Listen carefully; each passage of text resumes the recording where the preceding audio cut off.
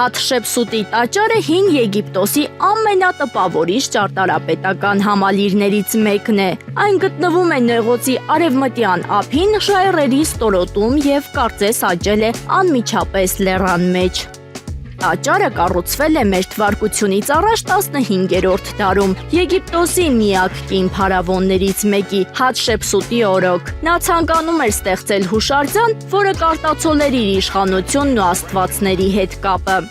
Հաթշեպսուտը հին Եգիպտոսի ամենահզոր կին փարավոններից էր։ Տաճարը կառուցվել է հենց որպես նրա իշխանության հաստատման միջոց մի դարաշրջանում, երբ կանանց իշխանությունը հազվադեպ էր։ Շինարարությունը ղեկավարել է ճարտարապետ Սենմութը։ Տաճարը կառուցված է եղել 3 մակարդակով, աստիճանահարթակների ձևով, ինչը պայմանավորված է ժայռի բնական ձևի հետ։ Տաճարն ունեցել է երկար սյունաշարեր և բաց բակեր։ Պատերին կան ռելիեֆներ, որոնք պատկերում են Հաթշեպսուտի կյանքը և արշավանքները։ Տաճարը համարվում է հին Եգիպտոսի ճարտարապետության գլուխգործոցներից մեկը։ Շինարարությունն իր ժամանակի համար համարվել է շատ նորարարական։ Շատ պատկերներ ցույց են տալիս առևտրային ճանապարհորդություններ դեպի Պունդլենդ, Աֆրիկայի արևելք։